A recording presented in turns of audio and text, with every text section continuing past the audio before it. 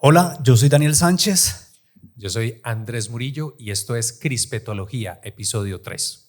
Un podcast de Cinemas Pro Cine Las Américas donde conversamos con personas que hacen posible el cine colombiano. Y hoy tenemos un episodio muy especial y diría yo que un episodio emocionante, porque ese es el término con el que yo personalmente como espectador me gusta definir las películas del invitado que tenemos hoy.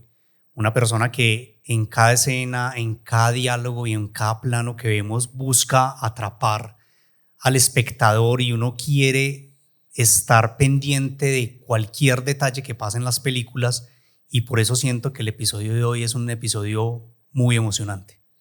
Y hoy, sin más preámbulos, vamos de lleno con nuestro invitado, Yesid Leone Moreno. Bienvenido a nuestro espacio Crispetología. Gracias, Andrés. Un aplauso, Gracias, un aplauso. Daniel.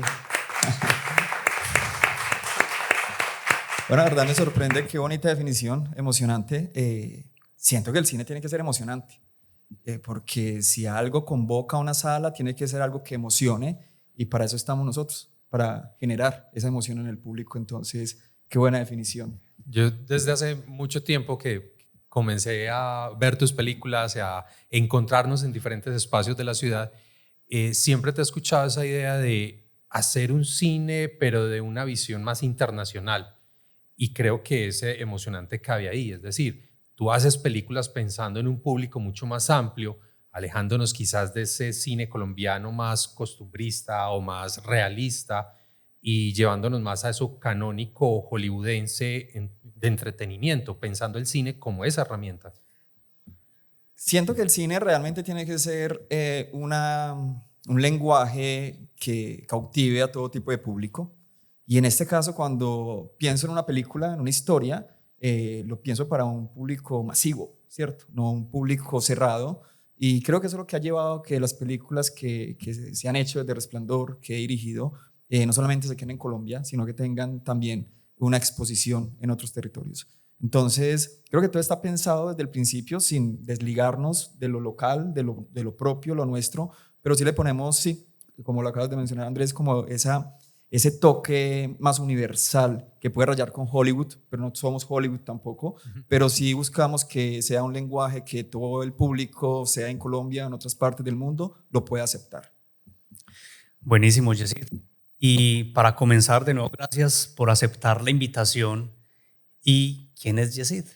Introdúcenos a tu personaje. Yo soy un apasionado. Siento que me he caracterizado por ser un soñador, ¿sí? Y lo único que he querido en la vida es contar historias. Y encontré la forma de contar historias a través de este lenguaje audiovisual. Y afortunadamente se puede hacer a través del cine, que digamos es una gran plataforma. Entonces, si me quisiera definir, me defino como un soñador apasionado que le encanta contar historias y crear personajes. Jessy, ¿recuerdas ese momento donde decidiste, si fue alguna película, alguna experiencia particular, te dijiste, yo quiero hacer este tipo de películas, este tipo de cine? Sí, eso pasó en 1997 en el Teatro de Envigado, cuando se presentaba cine en el Teatro de Envigado. Vi Contracara. Okay. Siento que esa película me sacudió tanto la cabeza y las emociones, que yo dije, qué emocionante, qué bueno sería poder lograr realizar algo de este estilo. Y creo que fue esa película la que me trazó el camino para empezar a estudiar o entender un poco este lenguaje. Yesid, estudiaste producción de televisión del Poli. Sí, en el año 2000 empecé a estudiar producción de televisión. 3 años después de haber visto Contracara. Entonces, okay. Cuando vi Contracara estaba en noveno, y desde ese entonces lo tuve como propósito y como objetivo. En el 2000 no habían muchas posibilidades de estudiar cine acá en Medellín y en el país, no sé, pero creo que la Nacional de la Bogotá. Nacional de pronto, y cuando eso ni siquiera existía el cine digital, o sea, ni siquiera el cine digital, no existía lo digital, todo era análogo, no existía ley de cine. Entonces cuando entro a estudiar producción de televisión, pues era lo único que se acercaba un poco a lo audiovisual. Pero yo siempre quería hacer cine, y cuando hablaba de querer hacer cine, pues las personas me decían, Eso nunca se va a lograr acá. Es muy difícil que acá en este país o en esta ciudad se pueda hacer una película, empezando porque todo se hace en celuloide y esas cintas son muy caras y pasar eso después. Bueno, o sea, todo era demasiado complicado. Pero nada, yo creo que afortunadamente la vida fue cambiando, llegó el mundo digital y por lo menos no perdí la fe en el momento que la pude haber perdido, ¿cierto? Y seguí hacia adelante sin saber qué iba a pasar y evidentemente pasaron 19 años para poder estrenar mi primera película, pero bueno, yo creo que nunca es tarde y más cuando uno quiere hacer algo que le apasiona y con lo que ha soñado siempre. Aquí hemos hablado mucho de esos tiempos de producción tan largos con otros directores invitados y eso es un común denominador y es de proyecto a proyecto se toma mucho tiempo y gran parte de ese tiempo la consecución de recursos. En ese momento a ti no te tocó la transición como tal de lo análogo a lo digital, o sea, simplemente después de graduarte, de seguir estudiando, entras ya al mundo digital y ahí se facilitaron las cosas, se puede decir. Digamos que cuando entré a estudiar en el 2000 hasta el 2003, que duró el proceso en el Poli, todo era análogo. Ver algo digital era demasiado difícil. Recuerdo que allá había una cámara que era con la que uno soñaba hacer los proyectos, era una Betacam. La Betacam. Sí, y eso era intocable. Mejor dicho, lograr tener una grabación con esa cámara era de las cosas más difíciles que teníamos como estudiantes, pero al final logramos hacer un proyecto con esa cámara, se llamó Clarividencia, lo recuerdo, y fue algo muy experimental. O sea, fue mi primer proyecto ya ejecutado desde la puesta en escena. Pero claro, lo digital viene mucho más adelante, eso ya casi como el 2006, 2007, no sé, o casi el 2008. Y porque además eran los conceptos en transformación. En Betacam hacer disolvencia, una encadenada de disolvencias era un lío que después eso se volvió un botón. Y el problema ni siquiera era grabar en celuloide o en cinta. El problema realmente era editar. El montaje. O sea, el montaje, uno editaba con unas máquinas y eso era una edición análoga, lineal, que si uno se equivocaba en algún punto te tocaba devolverte. Bueno, estoy hablando como si tuvieran 100 años, pero es que es más o menos, eso fue lo que me tocó vivir desde el 2000 hacia acá. Y claro, hoy en día ya uno edita desde el celular si quiere, ¿cierto? Entonces hay facilidades y creo que esa transición me tocó vivirla, pero también esperarla. Y vivir también esa época tan análoga también te dio muchas bases precisamente para que cuando ya llegara el tema digital, ese conocimiento ya pudiera aflorar mucho más fácil. Y por ejemplo el tema del montaje, y que también es uno de esos roles y pasiones que tienes en la parte de edición, no solamente de dirección, también se convierte, digamos, hoy en día con todo el tema digital y todas las herramientas que hay en una faceta también muy importante de Yesid. Yo aprendí a editar de VH a VH. Recuerdo que en mi casa teníamos un VH y le prestaba otro a una tía y de VH a VH con Play Pause empecé a editar y musicalizaba, descubrí que podía conectar el PlayStation y por ahí le metía la música. Yo tenía un equipo, todo un estudio de edición con 2 VHs y un PlayStation. Jessy, te voy a confesar algo.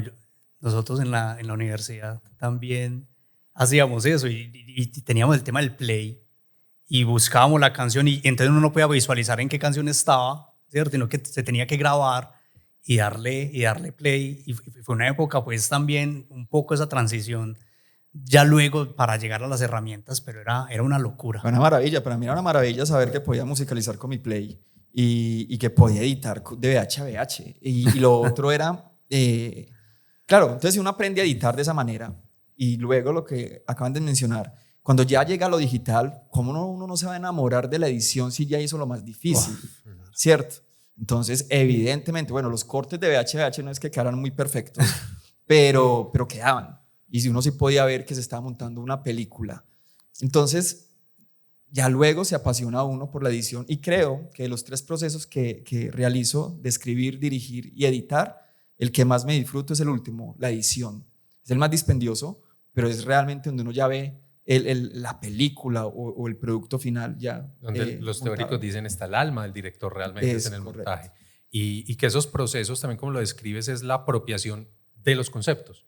Es decir, entender dónde se crea la tensión o dónde un montaje paralelo te va a construir X emoción es a partir de hacerlo de esa manera artesanal lo que te lleva a esa construcción.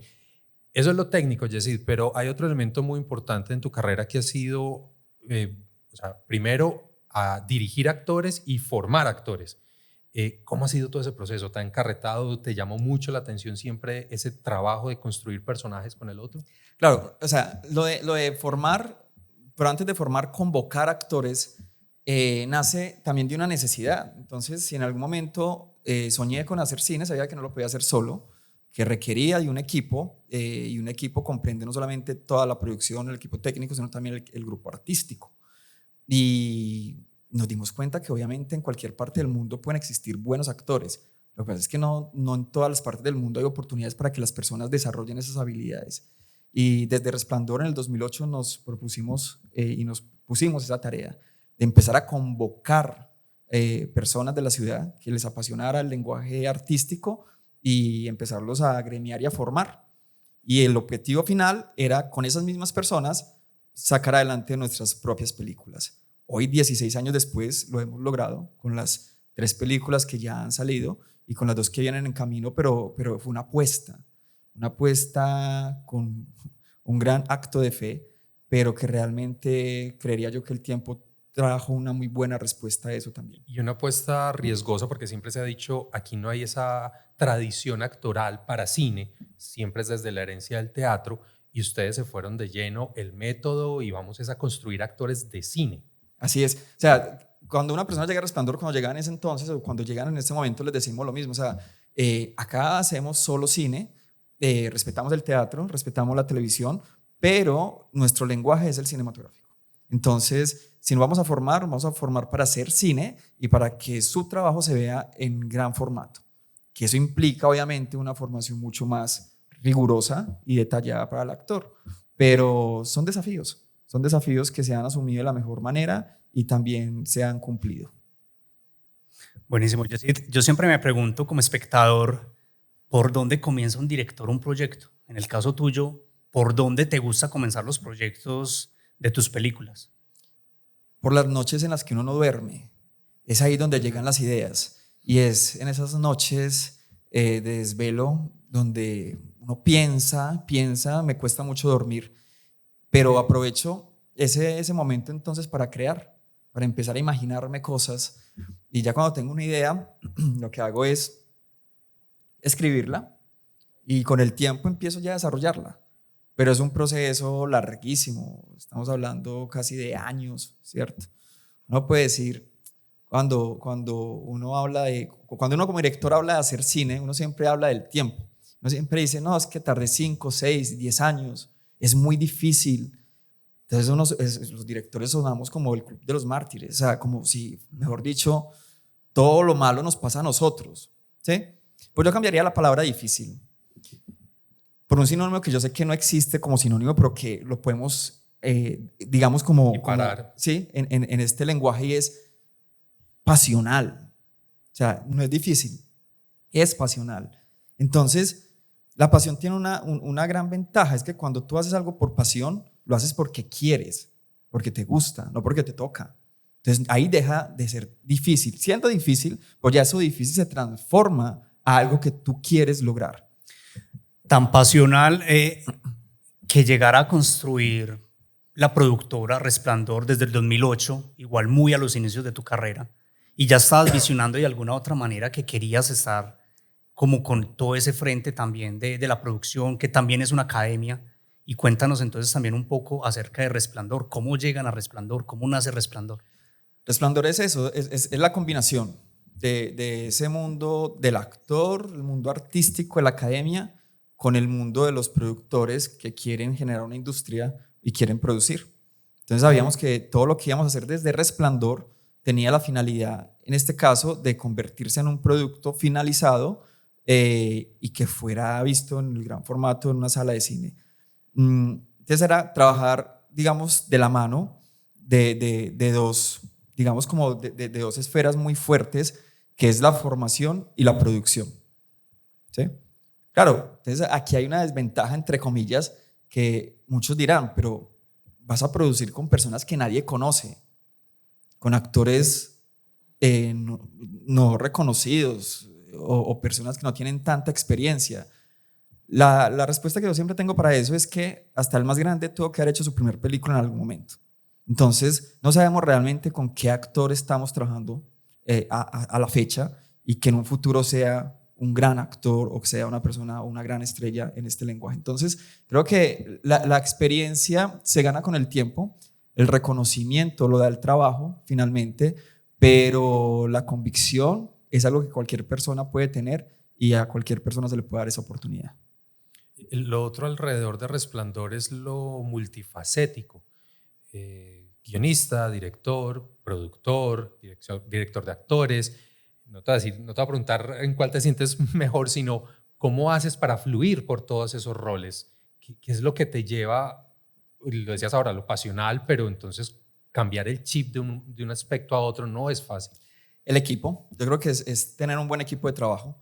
Cuando reconoces tu equipo y reconoces las personas que están contigo a través del tiempo, nuevamente lo menciono, el tiempo siento que es un gran aliado para nosotros, claro, es mucho más fácil moverse y entender esas dinámicas y sobre todo comprender también cuáles son las rutas y cuáles son los roles. Y creo que si hay algo que me favorece en este caso para ser tan polifacético en todos estos cargos que de pronto puedo ejecutar es conocer muy bien a mi gente y haber trabajado con ellos durante tanto tiempo. Excelente. Bueno, y precisamente esos equipos y Resplandor también es lo que lleva a las producciones y a la trayectoria ya audiovisual que tienes y nos da pie también a nosotros para la segunda sección de este episodio que llamamos plano secuencia. Y la idea es como que revisar un poco y hacer un recorrido por esas producciones que has tenido la oportunidad obviamente de desarrollar y en algunas que realmente has logrado unas audiencias también muy, muy importantes y ya vamos a hablar de eso, el tema de las plataformas también que hoy en día son bastante interesantes. Hagamos un recorrido, Andrés, un poco como por esa filmografía de Yesid. Sí, pues Yesid tiene varios cortometrajes. Creo que es como la base para cualquier director. Siempre es fundamental ese trabajo en corto y se explica precisamente porque es la oportunidad que tienen para foguearse con actores, foguearse con un presupuesto, con lo técnico y que si pueden chiquito va a poder en grande. Si no, habrá que reevaluar cosas. Entonces hay una trayectoria de cortometrajes allí y que como nos lo venía contando, de la mano de Resplandor, de la mano de gente, talentos nuevos, de encontrar en ese camino, pues fue armando y eso va engrosando hasta llegar a esos largometrajes. En total son 3 que ya hemos estrenado, se han estrenado en sala 3. Y 2 proyectos nuevos, Sí. ¿cierto? Y que cada uno de esos largometrajes, obviamente el lugar normal es llegar hay un aprendizaje y obviamente te trajo unos retos y un aprendizaje. Pero más allá de eso, yo destaco de esa carrera de Yesid es la claridad conceptual con la que se enfrenta cada historia y un estilo claro que él quiere imponer en sus películas, que eso es difícil en nuestro cine. Primero, decir que ya hay 5 largometrajes, no son tanto los directores colombianos contemporáneos de tu edad que estén en ese número. Eso ya es un gran logro. Y lo otro, que en las películas esté identificándose en la pantalla. El tipo de thriller, el tipo de misterio, de traición, un estilo fotográfico. Ahora he sentido como cierto giro, le has metido más a ese montaje, a esa fractura, líneas de tiempo. Es decir, sigue la búsqueda, la pregunta como director, pero sigue una exploración que vuelve y juega de cara a un público, ¿cómo se dice? Para atraparlo, para atrapar a ese público. ¿Cómo se ha sentido esa trayectoria, Yesid? Realmente no son 5, son 6. Te voy a decir por qué hay uno que es oculto. Y les voy a contar la historia. Miren, en el 2000, cuando salí de la universidad, hice un mediometraje que ahorita se los mencioné con la Betacam. Se llamó Clarividencia. Y con ese trabajo fui al Festival de Cine de Cartagena en el 2004, en la Caja de Pandora, como nuevos creadores. Y eso pues me empezó a dar como la luz para entender. Eso fue un mediometraje. Y yo dije, bueno, ya me quiero lanzar con un largometraje. Y en el 2000, entre el 2004, finalizando ese año, el 2005, 2006, 2007, casi 3 años y un poquito más, le invertí mucho tiempo a ese primer largometraje del que no se habla, no se menciona, pero que ópera existió. prima escondida. Okay. Exacto. Se llamaba Designios. Digo se llamaba porque ya no existe y les voy a decir por qué. Entonces lo hice, de hecho lo hice con una empresa que ni siquiera era Resplandor, una empresa que tuve antes de Resplandor, llamada Ara Films, y con mucha ilusión empezamos a trabajar en este largometraje. Fueron muchos años de esfuerzo, tiempo y plata. Cuando lo finalizamos, por allá casi en 2007, noviembre más o menos, en el 2008 viajamos con él a Bogotá para mostrárselo tuvimos el acercamiento con un primer distribuidor, y lo primero que nos dijeron cuando lo vieron fue lo siguiente, y no voy a mentir, es exactamente estas palabras. Nos dicen: ¿qué es esta basura? Con ustedes ahí. Ahí. Ok. Entonces, en ese momento, esas palabras Calan pues fuerte. te tumba todo. O sea, pueden ser 3, 4 palabras, pero te tumban 3, 4 años de trabajo, ¿cierto?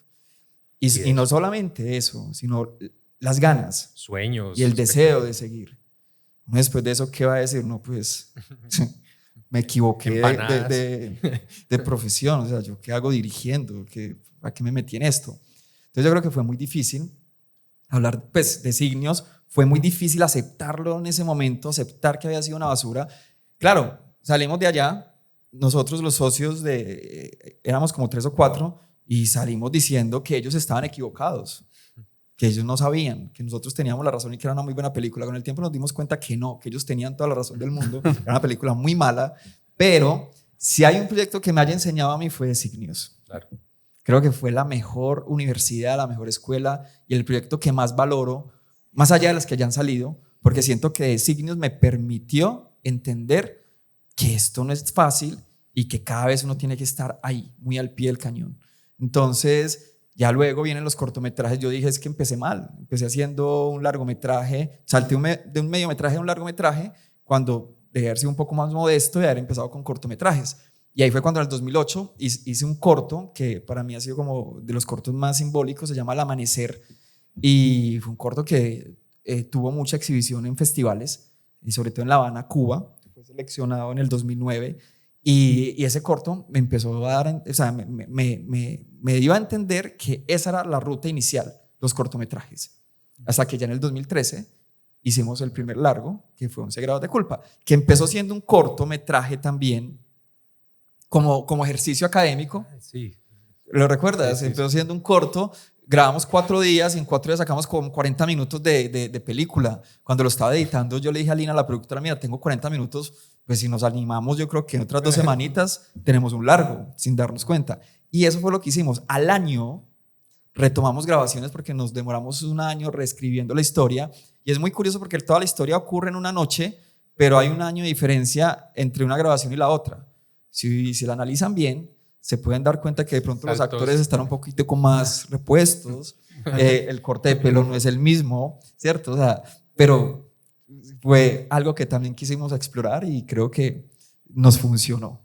Sí, quería devolverme a la parte del corto, de la experiencia del cortometraje, porque es siempre valioso aportar eso al público, y es que es la clave. En el cortometraje vas a la esencia de la historia, vas casi por la anécdota, por construir la emoción de manera directa en unos pocos minutos. Si logras consolidar esa construcción como director, claro, por eso después el largo no es que sea más fácil, pero ya entiendes la dinámica de cómo se va a desarrollar el arco dramático y, bueno, todos los componentes para la película. Entonces la experiencia del corto, fundamental. Es indispensable, hay que hacerla, hay que tenerla, y no una sola vez, sino muchas veces. Claro. Es un ejercicio. Y los grandes directores, esa es la manera de mantenerse activos. Entre película y película fácilmente ruedan un corto, 2 cortos, porque saben que es el ejercicio, el entrenamiento. Así es. Y también la persistencia, otro tema que hemos hablado acá en Crispetología, presente de nuevo también. Es que no, y sobre todo la paciencia, ¿cierto? Ahorita cuando hablaba de 19 años, cuando entré a estudiar al Poli, producción de televisión, pues yo soñaba con una película en salas, ¿cierto? Pero a nivel nacional. Yo decía, qué bueno poder hacer un lanzamiento a nivel nacional. 11 grados de culpa, cuando se logra hacer ese trabajo con esta película, recuerdo que Recuerdo cómo me acerco a Diana allá en las oficinas de Procinal y le llevo un celular. Ella no tenía ni idea quién era yo. Me la acerco ahí en su escritorio y le digo, mira, me presento y le digo, tengo esta película, ¿qué hay que hacer para ponerla acá? No tenía ni idea que eso era con distribuidor. Nacionalizar. Sí, o sea, pero lo que se le venía. Fue muy bonito porque ella igual me escuchó y ahí empezó una relación muy interesante entre Resplandor y Cinemas Procinal. Porque si bien la película no salió a nivel nacional porque no pudimos conseguir el distribuidor para 11 grados de culpa, sí, se lograban hacer unas funciones especiales en estas salas, ¿sí? Entonces la película era 11 grados de culpa, lo que logramos hacer fue 11 funciones del 1 al 11 de noviembre, que era pues, el mes 11 del año. Entonces le dimos como toda una mística a esa proyección y logramos obviamente pues como sacarla de esa manera, pero aún faltaba algo y era sacar una película a nivel nacional, ¿cierto? En 2016 logramos rodar ya Perseguida y solo en el 2019 logramos estrenarla en todo Colombia. Entonces ahí pasaron 19 años, ¿cierto? Desde el momento uno que entré allá al Poli a estudiar hasta el 2019, en 19 años fácilmente uno puede renunciar, ¿sí? Pero es esa persistencia y esa paciencia y sobre todo esa convicción que tiene un soñador. Bueno, pero vamos en orden. 11 grados de culpa. Un thriller detectivesco, a mí me parece genial ese tipo de historias porque todos pueden ser culpables, pero también todos parecen inocentes. Y yo quiero invitarlos, a los que están acá y a los que nos están viendo, que veamos el tráiler.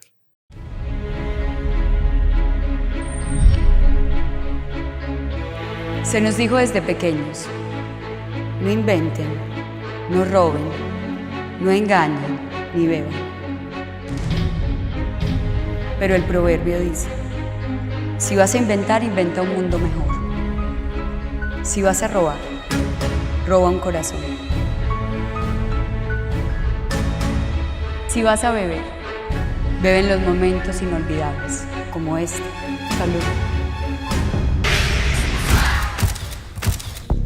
La víctima es Mónica Cuartas, 27 años de edad. Mónica Cuartas fue asesinada en Los Jardines. Hasta ahora no se le conoce a nadie aparte de sus compañeros de colegio. Aparentemente alguien no quería que viniera.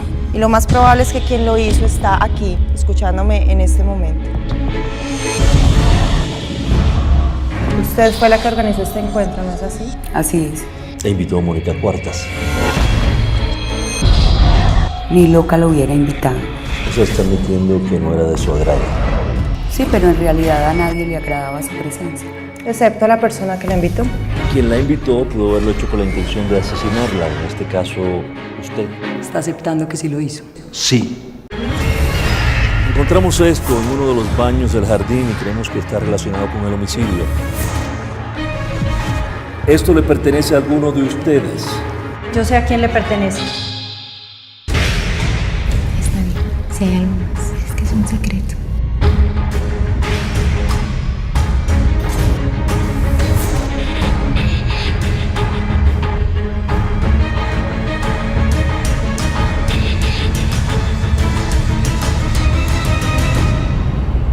Conmigo no puede tener secretos.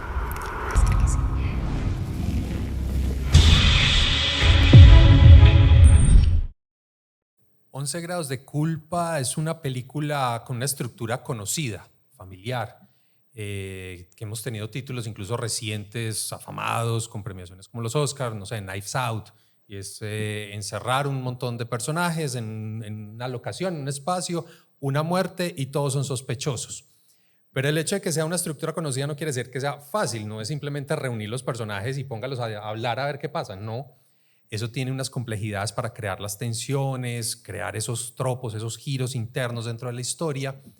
Jessy, en ese momento, y nos contabas, esto nace primero como un corto que se nos alarga, ¿cuál recuerdas que fue ese reto, el guión, crear esa emoción, las actuaciones, conseguir la plata para esa primera película? ¿Cuál fue ese reto más grande que significaba ser 11 grados y cuál fue el mayor aprendizaje con la película?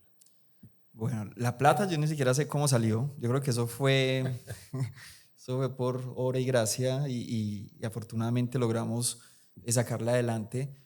Pero si hablamos de desafíos, el desafío más interesante de este proyecto fue que cuando escribo la historia, como todos eran mis estudiantes en ese momento, yo no les cuento, cuando les entrego la última versión del guión, yo no les digo quién es el asesino. O sea, hay un vacío en el guión para ellos. Solamente sabía quién era el asesino, ¿sí? Pero el resto del elenco, ni los policías sabían quién había matado a Mónica Cuartas. Entonces fue muy interesante porque éramos grabando y cuando grabábamos todos se miraban con cara de sospecha y de culpa, ¿sí? Hasta el mismo Roberto Escobar me decía todo el tiempo, cuando estábamos almorzando, me decía, yo creo saber ya quién es el asesino. Entonces él estaba metido en su película de policía y creo que eso fue lo más interesante. Cuando hicimos la escena de la muerte, solamente la grabamos con el personaje que asesina a Mónica Cuartas. O sea, hicimos solo un día de grabación para convocar a esos actores Aislar a todo y aislar a todo el mundo. Se enteraron cuando la película la vimos en Cinemas Procinal la primera vez. Ahí se dieron cuenta quién era el asesino de Mónica Cuartas. Eso fue lo más interesante. Creo que de los desafíos fue haber mantenido ese secreto durante toda la grabación. Y sientes que precisamente hace parte de la tensión que luego se transmite a pantalla. Y es el método, ¿cierto? Creo que también hace parte del método de sumergir al actor en una experiencia real, vivencial desde su personaje. Y lo logramos. Que siento que 11 grados de culpa tiene esa particularidad y por eso las actuaciones se sienten como tan genuinas en muchos momentos. Y el aprendizaje, eso que dices chuleado con la peli. El aprendizaje que obviamente antes de hacer una película uno tiene que saber para dónde va y qué hacer con ella. O sea, 11 grados de culpa la hicimos, pero no sabíamos dónde le vamos a mostrar, ni a quién se le vamos a vender, ni dónde le vamos a proyectar. Creo que ese es el aprendizaje que nos deja 11 grados de culpa. Bueno, y ahorita nos contabas una anécdota de algo muy malo que te dijeron en ese primer proyecto, pero ¿qué fue lo mejor que te dijeron con 11 grados que tú recuerdas? Yo siento, fueron muchas cosas, pero lo más interesante que pudimos haber escuchado de 11 grados de culpa de muchas personas es que nos dijeron como, qué bueno que se arriesgaron a hacer un largometraje. Qué interesante que no lo dejaron como un corto, sino que lo transformaron, así fuera en un formato experimental, a tener ya un metraje mucho más amplio y poder empezar a tener acercamientos con las salas. Entonces creo que lo mejor fue eso, esa decisión que tomamos de dejar de hacer cortos y ya dar ese paso, arriesgar nuevamente a hacer un largometraje. Con Roberto, el actor, pues, se ha convertido como en tu fetiche, pues, ese actor con el que has trabajado tus proyectos. Para ese momento, ¿nacía ya la relación director-actor o ya venías trabajando con él en proyectos previos? Habíamos hecho algo en el 2012, lo había conocido para una película que pensábamos hacer en aquel entonces que se llama Táctica. Hicimos un teaser con él y él vino a hacer el teaser con nosotros acá a Resplandor. La película después no se hizo porque costaba mucho y nos dimos cuenta que queríamos nuevamente de pronto cometer un error y era tratar de hacer una película muy producida cuando podíamos empezar con largometrajes un poco más minimalistas, pues más medidos, pero ya lo conocí ahí, ¿cierto? Entonces ya cuando lo llamo en el 2013 le digo, Roberto, mira, yo creo que Táctica se cae porque no nos da, pero tenemos algo más modesto, que empezó como un corto, lo queremos volver un largo porque en el corto él no estaba. Él entra en la segunda parte. Sí, pero por algo muy curioso que eso también nos animó como a convertir esto en largometraje, porque el actor que estaba haciendo de policía, ya para la segunda parte, dijo que no podía porque le había resultado un viaje o algo así. Entonces dijimos, bueno, pero entonces si hay que cambiar al actor, pues y si podemos pensar en algo más grande, entonces qué bueno traer un actor con más trayectoria como Roberto y que él entonces le dé como ese impulso comercial también a este producto. Entonces ahí también, ya cuando le hago esa propuesta de Mil Amores, él acepta y se viene para acá. Obviamente él costeó todo su viaje, todo lo hizo por amor a Resplandor y por amor también a lo que él realmente siente por la actuación. Y bueno, se ha convertido en esa persona icónica para nosotros. Y supongo que es llave para ti, para ese apoyo con los jóvenes, con los actores. Claro, es un referente. Siento que Roberto es un referente, es una persona que aparte de ser un gran actor es muy cooperativo. Todo su conocimiento no es para él, sino para las personas que quieren aprender de él. Y es alguien que aporta y ayuda mucho en la puesta en escena a esas generaciones emergentes. Entonces creo que es una persona que realmente vale la pena tener en cualquier producción y que su gran talento no solamente se mide en la puesta en escena, sino también en su calidad como persona. Bueno, nos contabas ahorita de las 11 salas de cine donde se estrenó en Cinemas Procinal y luego, ¿qué pasa con la película? Luego sentimos que la película finalmente terminaba ahí, que había sido ese primer acercamiento a las salas y dimos gracias por haber tenido pues como esa posibilidad y empezamos a ser Perseguida en el 2016. Y luego, mientras estábamos en ese proceso de Perseguida, alguien en algún momento ve el tráiler de 11 grados, se comunica con la productora, con Lina, desde Miami, y le dice que si él puede hacer algo por la película, que le parece algo interesante, que la quería ver completa y que le permitíamos, que él podía cogerla y mirar dónde la podía llevar. Con una película que ya teníamos guardada, ya la teníamos ahí como desechada prácticamente, como ya cumplimos lo que teníamos que hacer con ella, dijimos pues, nada perdemos, que la coja y que mire a ver qué hace con ella. Y evidentemente a los 8 o 9 meses nos mandan una notificación diciendo que la había montado en Prime Video, en Amazon. Entonces, pues... Y en un momento donde apenas las plataformas despegaban. Apenas estaban despegando las plataformas y eso fue antes de pandemia, entonces eso fue maravilloso. O sea, creo que con 11 grados de culpa recibimos más de lo que inicialmente habíamos pensado. Lo hicimos como un experimento actoral, pasar de un cortometraje a un largometraje y bueno, estuvimos en salas y ahora está en plataforma y bueno, creo que rindió mucho. Bueno, Yesid, y llega Perseguida, una historia mucho más, diría yo, vertiginosa, con escenas de persecuciones y que también nos mantiene atrapados a uno como espectador. Le pasa lo mismo, no se quiere perder uno ningún momento porque uno sabe que en cualquier escena se pueden atar los cabos. Y quiero invitarlos entonces también a que veamos el tráiler de esta increíble película.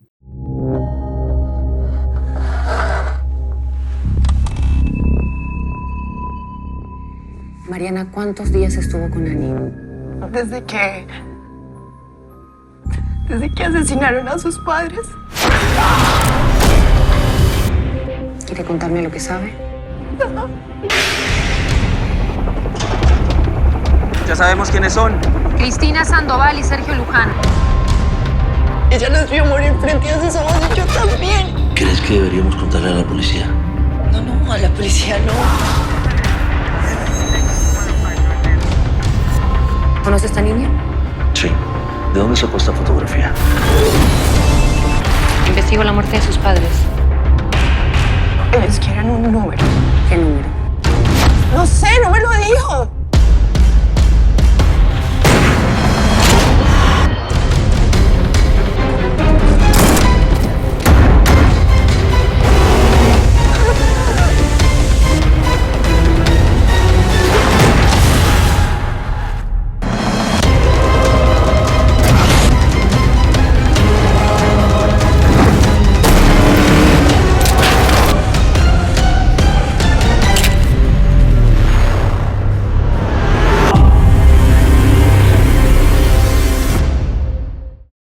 Perseguida hay un salto cuántico realmente entre 11 grados y esta película.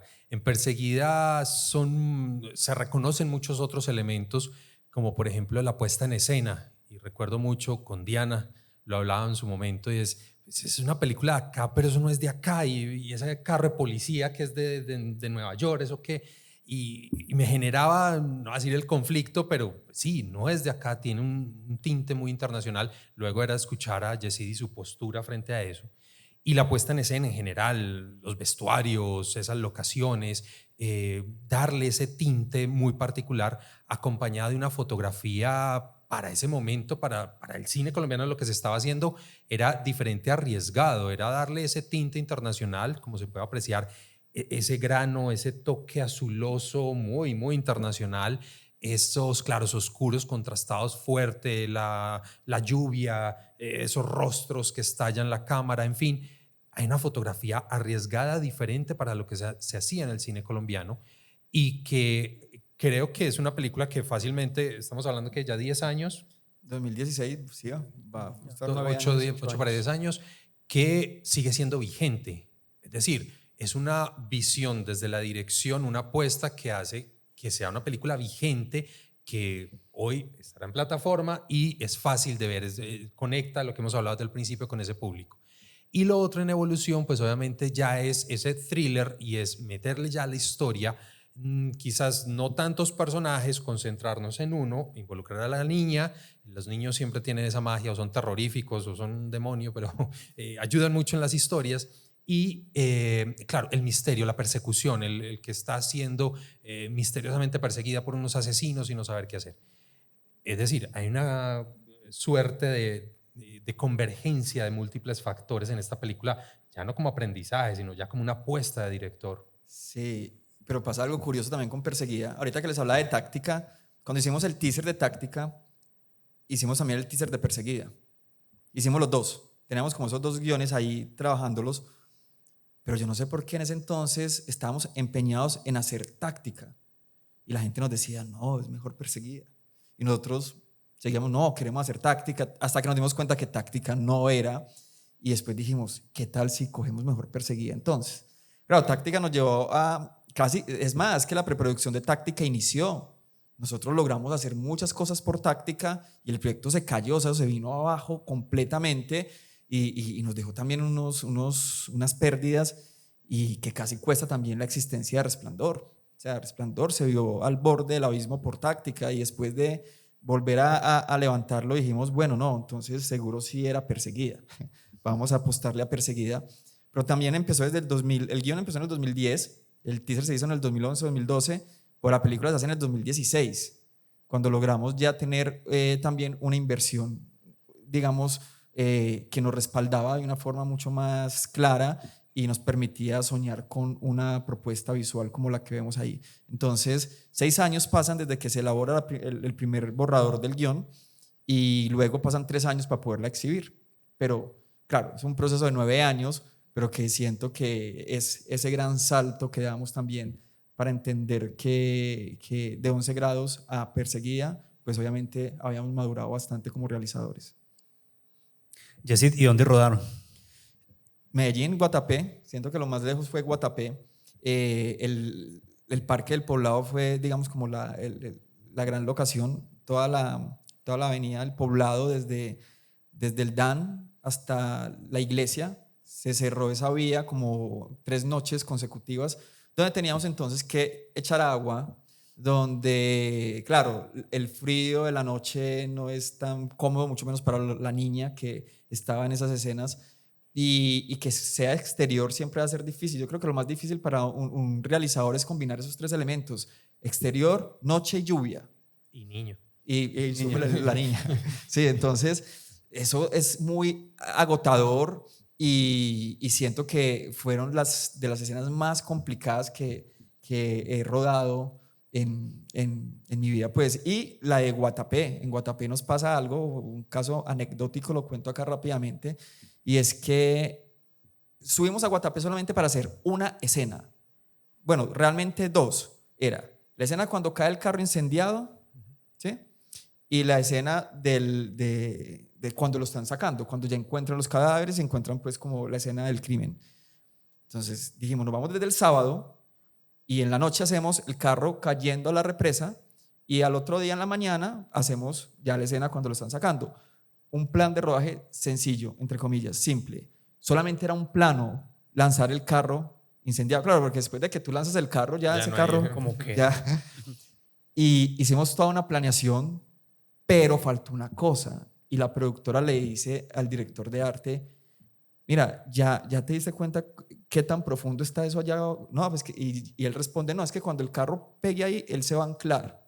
Él se queda ahí, él no va a pasar. Matemáticamente ya diseñado. Sí, y él fue, les voy a contar una cosa, él fue con un palito y él hizo así. Él midió allá como que sacó el palito. Otro digo, es muy teso. sea, ¿cómo hace esos cálculos en el agua con una vara? Bueno, en fin, pero él sabrá. Y luego Lina también llega y le dice, ven, creo que es importante que el carro tenga agujeros por debajo. Porque si el carro de pronto se nos hunde, se va a llenar de agua y sacarlo va a ser muy difícil. Pues él dijo como que lo tengo controlado. El hecho es que el carro se lanza, y cuando ese carro se lanza, se demoró más en bajar que en verlo ya metido en el agua. O sea, se hundió completamente. O sea, estábamos celebrando la toma, pero era como una celebración agridulce, porque estábamos como, salió muy bien, pero el carro se nos está hundiendo. O sea, ¿qué vamos a hacer? Y evidentemente, en cuestión de segundos, el carro desapareció en la represa de Guatapé a las 2 de la mañana. Y lo necesitábamos para el otro día. Recuerdo que había allá en Guatapé también, digamos que hay personas que son polifacéticas en muchas cosas. El bombero que nos estaba ayudando para incendiarlo, de un momento a otro, cuando dijimos se hundió el carro, él ya estaba con el traje de buzo. O sea, ya estaba listo con la pipeta y todo. O sea, y él, yo recuerdo que se tiró con una cuerda de vida y se tiró y no salía. Entonces nos preocupamos ya también por él. Dijimos, bueno, se nos perdió el carro, se nos perdió el bombero buzo. ¿Qué vamos a hacer? Y no, resulta que teso. O sea, nos cuenta después que que nadó 25 metros y se lo encontró porque se chocó con él. O sea, porque no estaba viendo, no se ve nada. Se chocó con el carro, se dio cuenta que ahí estaba, lo amarró y por lo menos no permitió que se siguiera hundiendo. Pero la pregunta es cómo sacar un carro lleno de agua que estaba a 25 metros en una laguna. O sea, eso fue una tarea titánica. Habían 2 grúas y con las 2 grúas haciendo polea en los árboles era una tarea casi que imposible. O sea, los árboles, sentía uno que esos árboles iban a caer de la tensión que generaban esas cadenas. Finalmente se saca el carro y dijimos, ok, ya pasó lo más difícil, ahora sí vamos a grabar, ¿sí? Y resulta que el actor principal la noche anterior no había ido porque él no tenía que grabar esa noche y le pidió el favor a la productora que si él podía ir en una moto al otro día a grabar, pues que él se subía con la novia sin ningún problema, que él llegaba ya a la locación, que quería darse ese parche en su moto.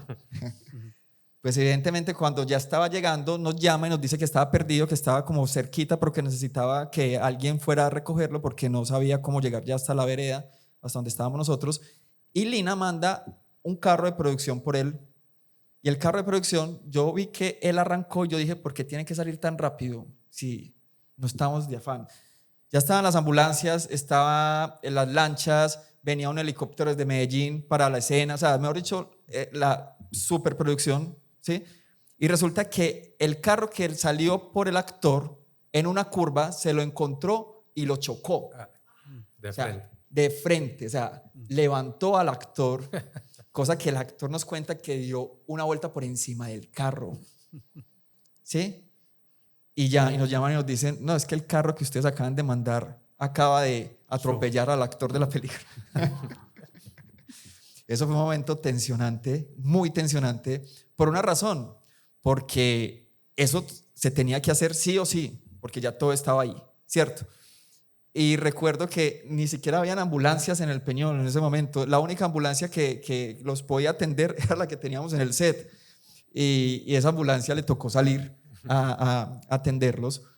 Y el actor tenía una herida desde la rodilla hasta el tobillo abierta. El paramédico le dice, mire, si a usted no le cierran esto rápido, pues va a tener complicaciones. Y el actor en el piso, desde el piso llega y me dice, ¿y cómo está la cosa allá? Y yo le digo, pasito, pues allá ya está todo listo, solamente falta usted. Y él dice, pues yo voy a grabar así. Y los paramédicos le hacen una sutura mariposa, no sé, con esparadrapo, no sé cómo se lo hacen, y él se va a grabar así con esa herida casi que abierta.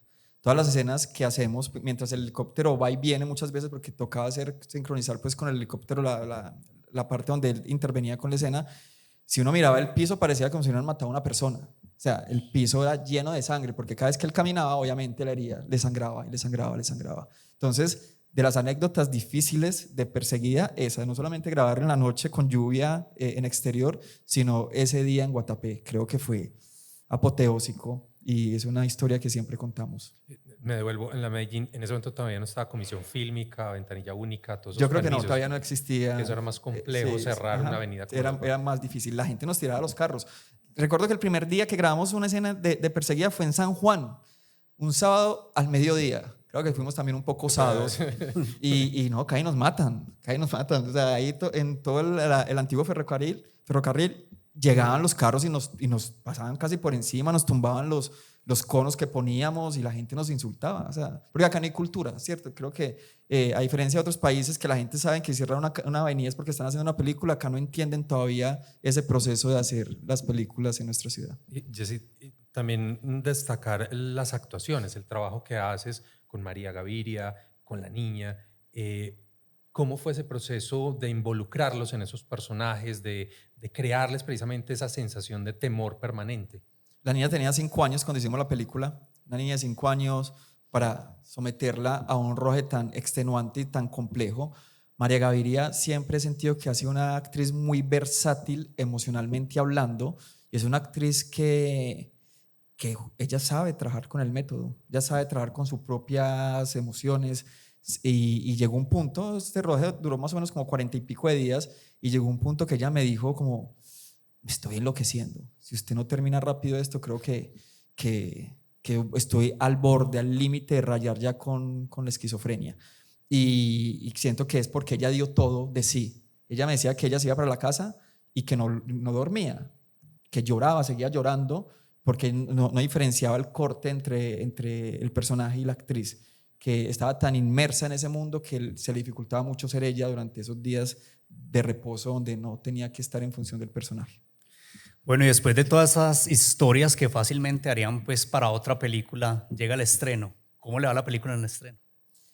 Fue muy emocionante. Creo que ya el poder tener un distribuidor como Santa Bárbara que nos respalda ya para poder estar en salas a nivel nacional, eso es lo que te decía ahorita, era como el sueño. Ya como se cumplió el objetivo, ese sueño que siempre se había tenido desde el principio, ya 19 años después, se está materializando y fue realmente alucinante poder estar en una sala. El estreno fue en Mallorca y recuerdo que esa noche todo el elenco, todas las personas que estuvieron haciendo parte de la película directa o indirectamente, para cada una de esas personas era algo increíble poder ver ya todo un trabajo en la gran pantalla y siempre hace una gran experiencia. Creo que las cosas más bonitas que uno puede sentir en la vida es estrenar una película.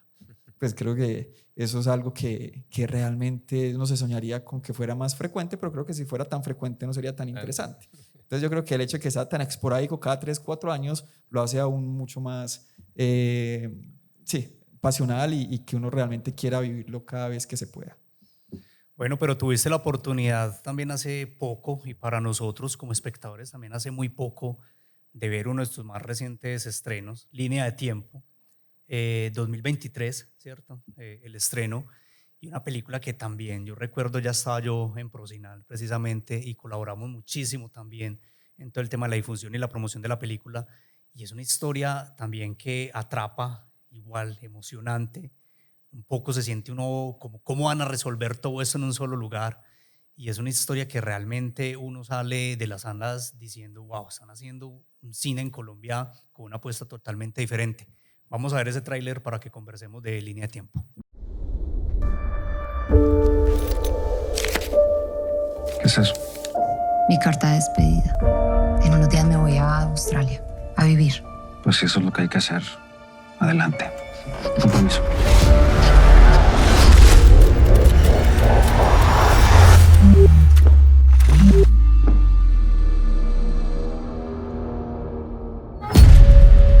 Mina, espera, por favor, no te puedes ir de acá.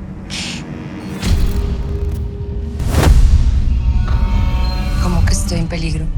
¿Tenemos que llamar a la policía? No nos podemos arriesgar hasta no hacer lo que me pidió. ¿Qué te pidió?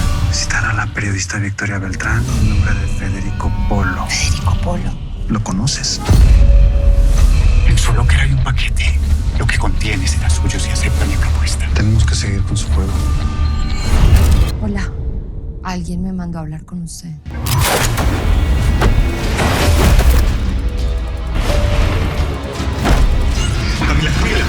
Camila.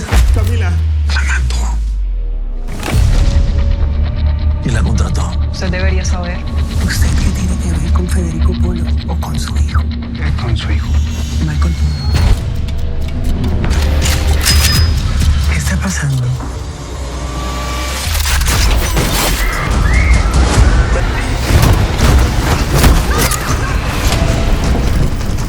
Cubran cada ventana, puerta, salidas de emergencia, cada acceso posible, ¿entendido?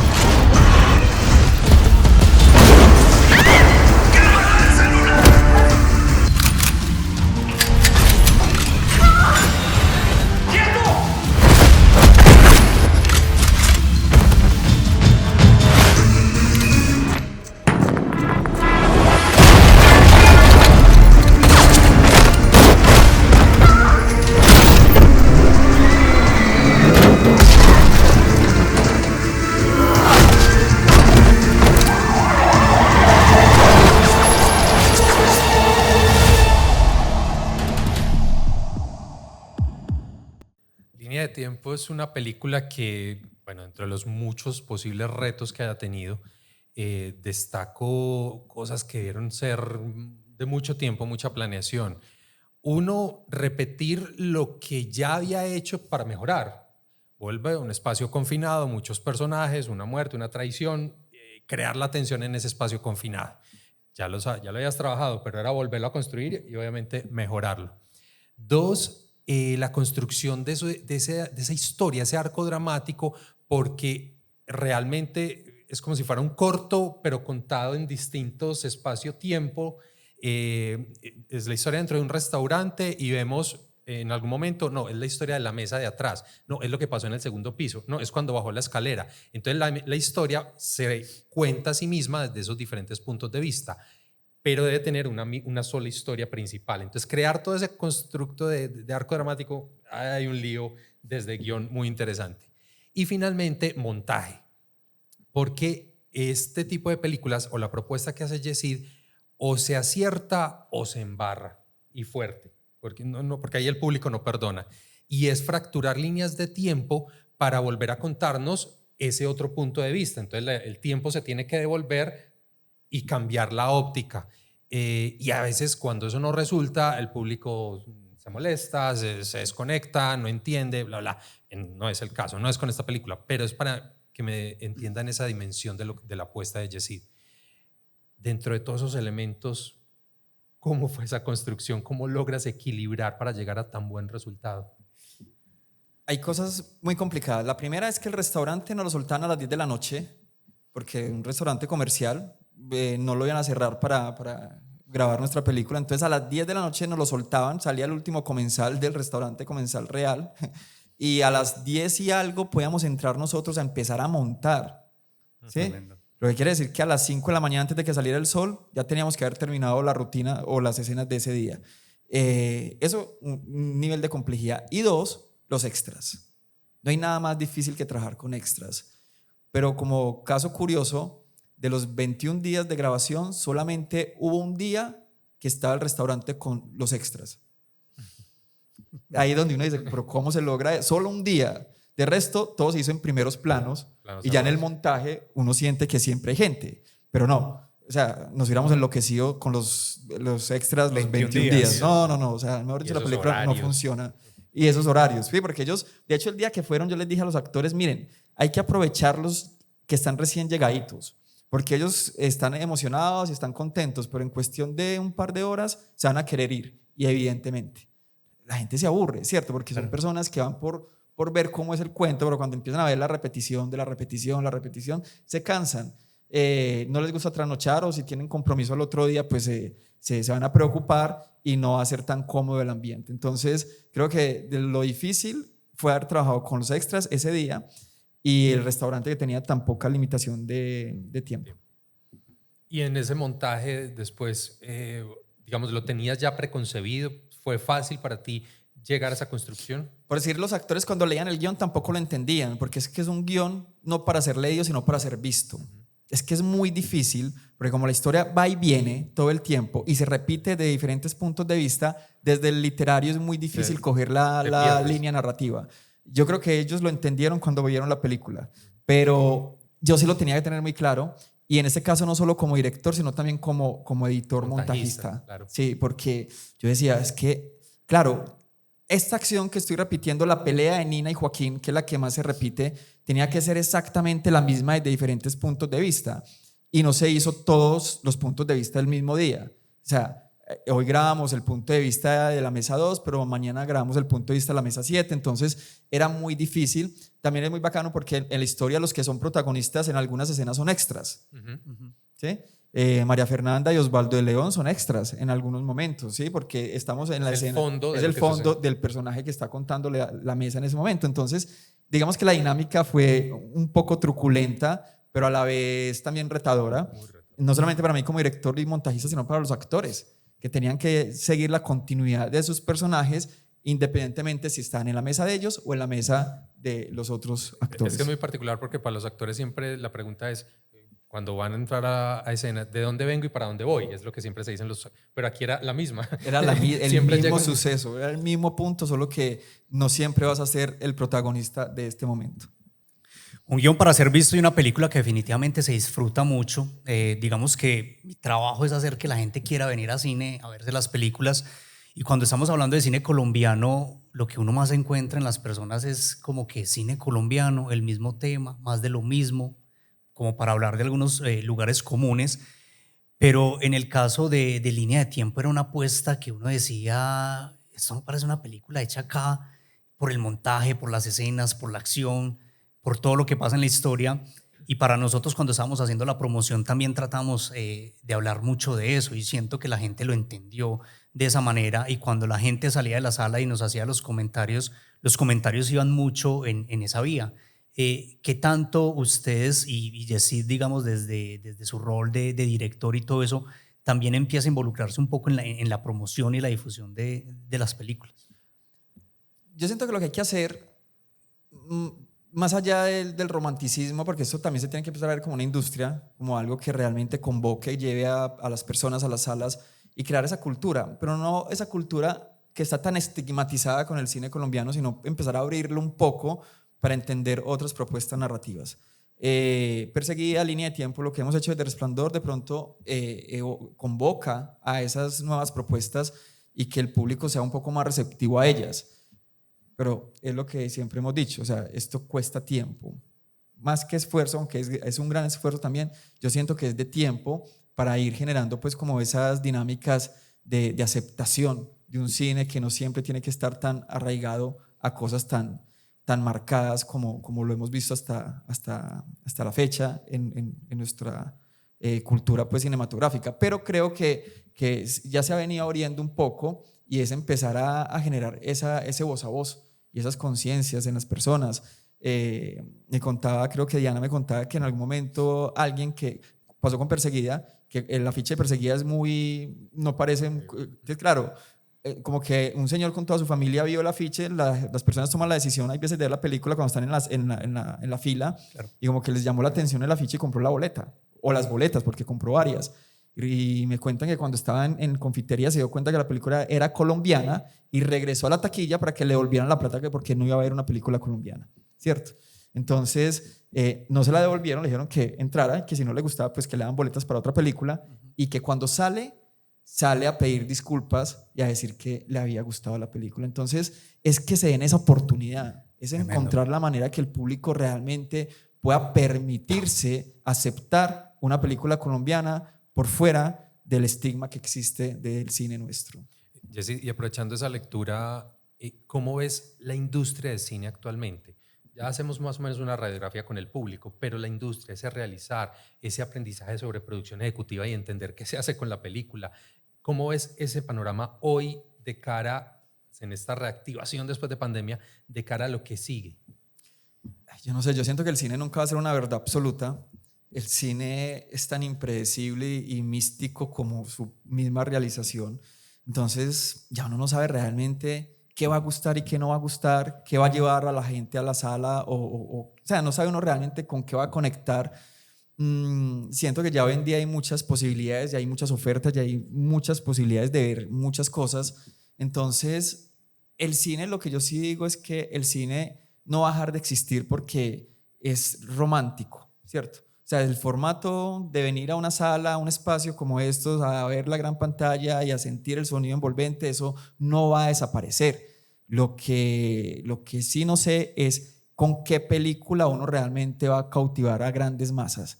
Pero así no sea la película que va a cautivar grandes masas, alguien la va a ver y a alguien le va a gustar, y así sea una persona, con eso se justifica hacer cine. Perfecto. Y precisamente esas grandes masas también vienen de la mano de nuevos proyectos, y este 2024 también Descendentes, un proyecto también con una apuesta muy, muy interesante y con una visual, pues lo que vemos en el tráiler, que también nos deja ver también una intriga que uno con solo ver esas primeras imágenes ya quiere saber finalmente qué va a pasar, cuál va a ser el desenlace. Entonces veamos este tráiler y conversamos un poco acerca de Descendentes.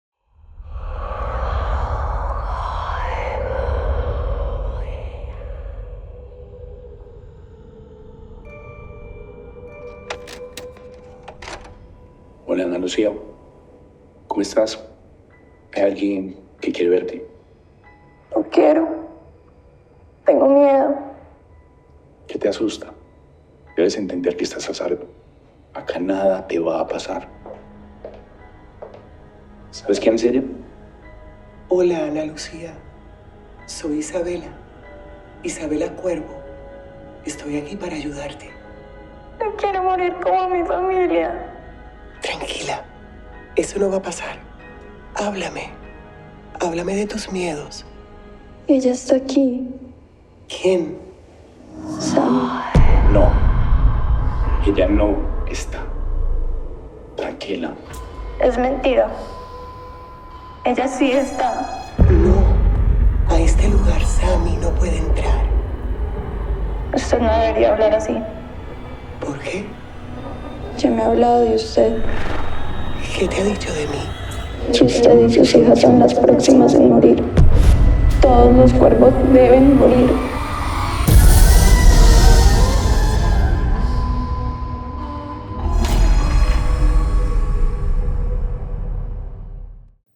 Este es un teaser.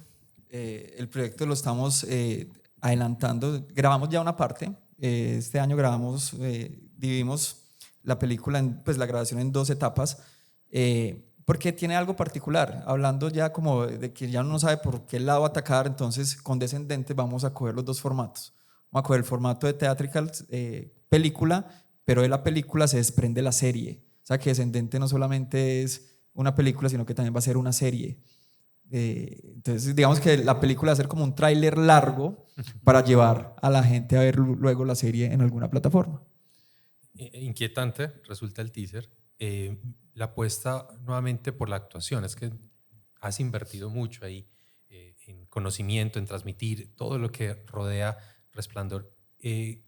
¿Cuál sientes que estás marcando esa diferencia? ¿En dónde estás marcando esa diferencia con los actores, con estas nuevas generaciones o con quienes ya tienen esa trayectoria frente a lo que hace más de 10, 15 años existía en la ciudad?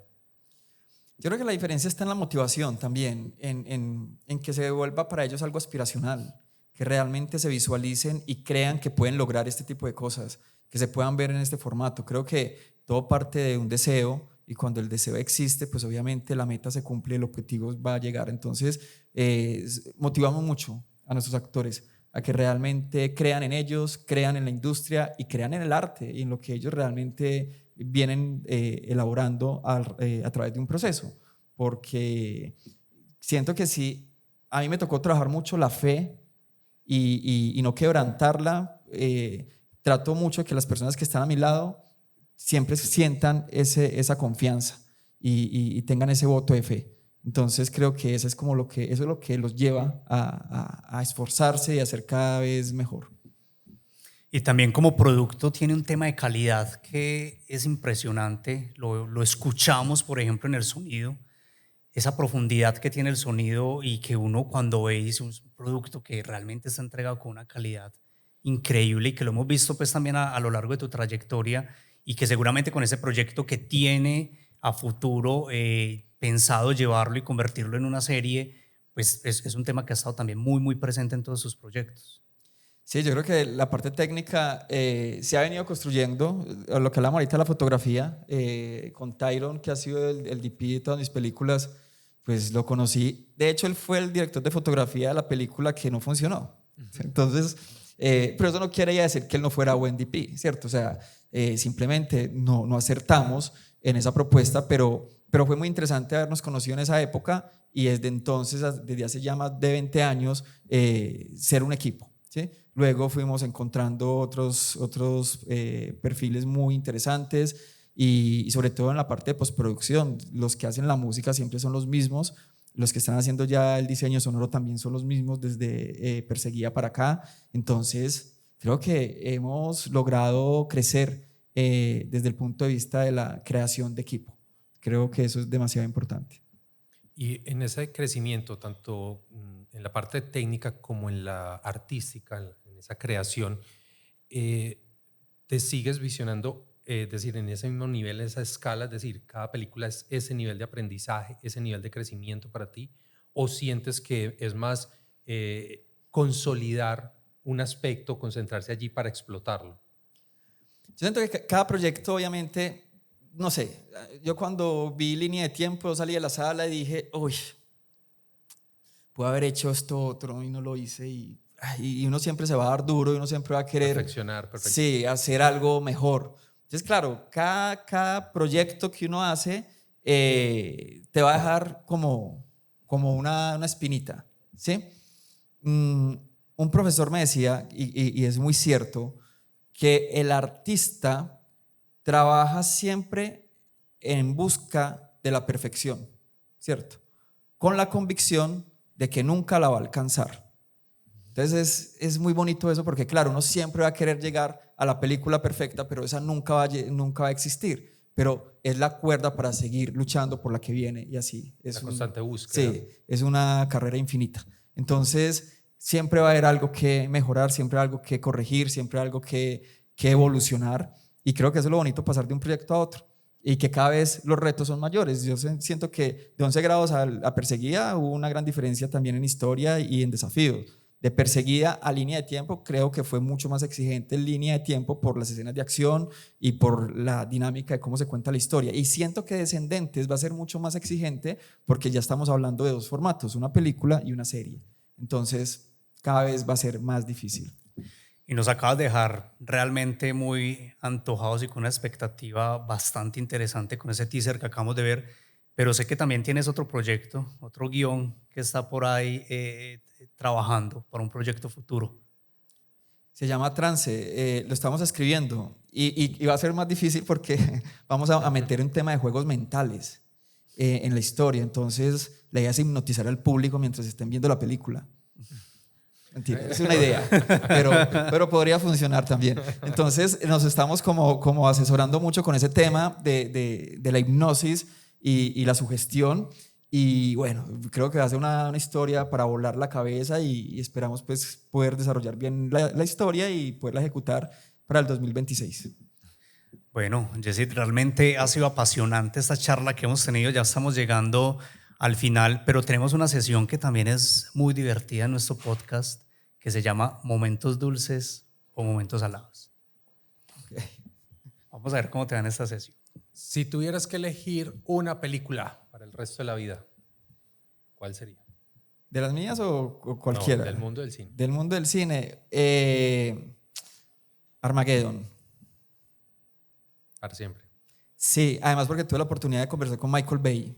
Ah, no, ya. Entonces, y conversé con él una semana antes de empezar a grabar Línea de Tiempo y yo le dije, mira, Línea de Tiempo va a ser mi tercer película y él me dijo, Armageddon fue mi tercer película. Entonces coincidimos ahí con él, no, y eso fue ya para mí. Aparte, había sido mi gran película y ya después de que lo pude hablar con él, fue fascinante. ¿Cuál fue la última película que viste? Gladiador. ¿Con quién sueñas trabajar?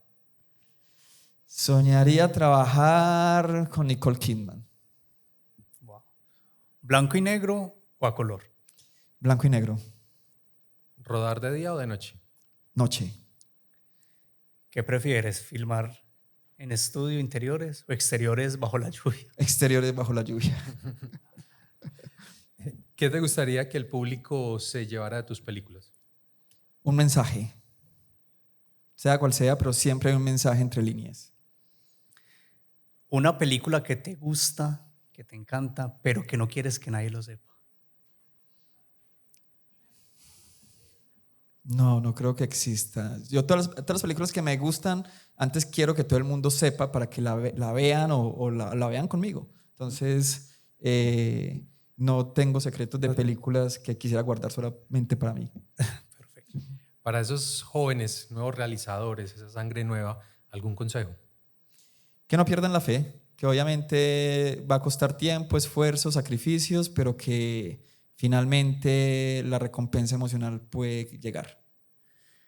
Y por último, ¿crispetas dulces, saladas o combinadas? Combinadas. Lo aprendí hace poco.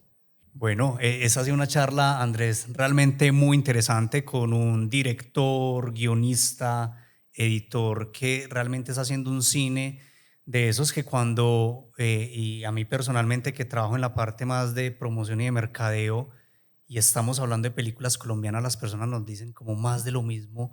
Uno quisiera como gritarles más de lo mismo. Miren algunas de las películas de Yesid para que se quiten ese imaginario.